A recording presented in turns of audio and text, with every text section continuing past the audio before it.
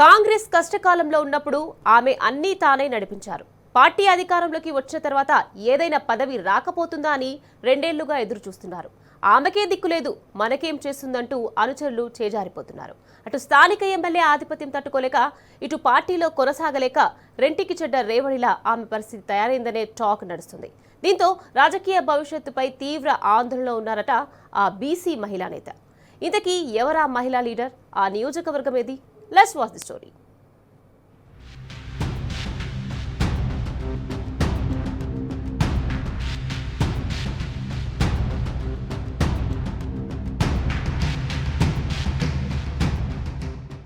రాష్ట్రంలో కాంగ్రెస్ పార్టీ అధికారంలోకి రాకముందు గద్వాల కాంగ్రెస్ ను సరిత తిరుపతయ్య ముందుండి నడిపించారు. గద్వాల్ నుండి 2023 అసెంబ్లీ ఎన్నికల్లో ఎమ్మెల్యేగా పోటీ చేసి బండ్ల కృష్ణమోహన్ రెడ్డి చేతిలో ఓటమి పాలయ్యారు.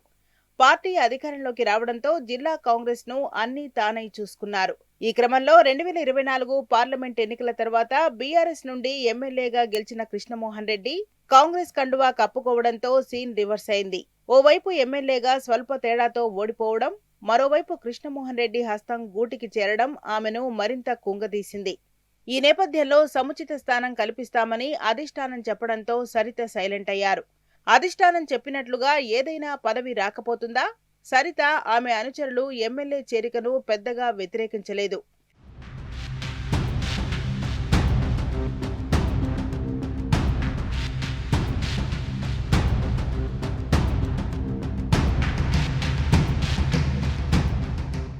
ఇదిలా ఉంటే రోజులు గడుస్తున్న కొద్దీ పరిస్థితులు మారుతూ వచ్చాయి.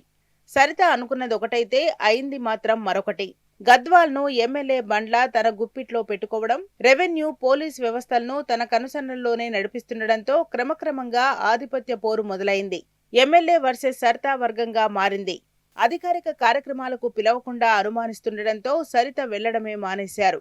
పార్టీలో, ప్రభుత్వంలో అంతా ఎమ్మెల్యే బండ్లదే నడుస్తుండడం సరిత జీర్ణించుకోలేకపోతున్నారట. నామినేటెడ్ పదవులు కూడా ఎమ్మెల్యే వర్గానికే దక్కుతుండటంతో ఆమె తన వర్గానికి న్యాయం చేయలేకపోయారు. తనను నమ్ముకున్న వారికి పదవులు ఇప్పించలేక ఆమెకు కూడా ఏ పదవి రాక లోలోపల రగిలిపోతున్నారట.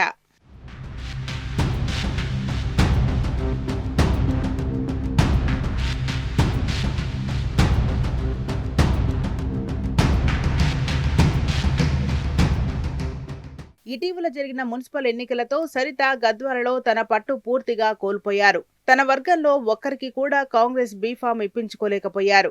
ఎమ్మెల్యే బండ్ల కృష్ణమోహన్ రెడ్డి, డీసీసీ అధ్యక్షుడు రాజీవ్ రెడ్డితో కలిసి 37 వార్డుల్లో తన వర్గం వారినే బరిలో దింపాడు.